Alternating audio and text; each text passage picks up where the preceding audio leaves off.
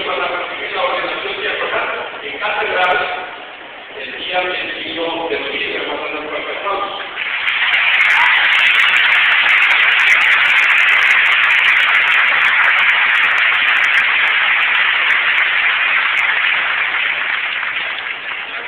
Por último, decirles que la persona que quiere algún signo religioso, para vivirse, cualquier cosa religiosa, ¿verdad?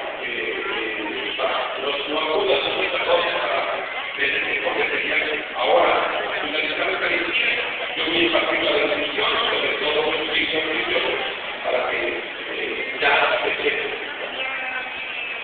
No, signos buenos religiosos, me dice el padre, que el domingo nace, por supuesto que no, y cosa de esa que rayen un poco sus tradiciones, signos buenos religiosos,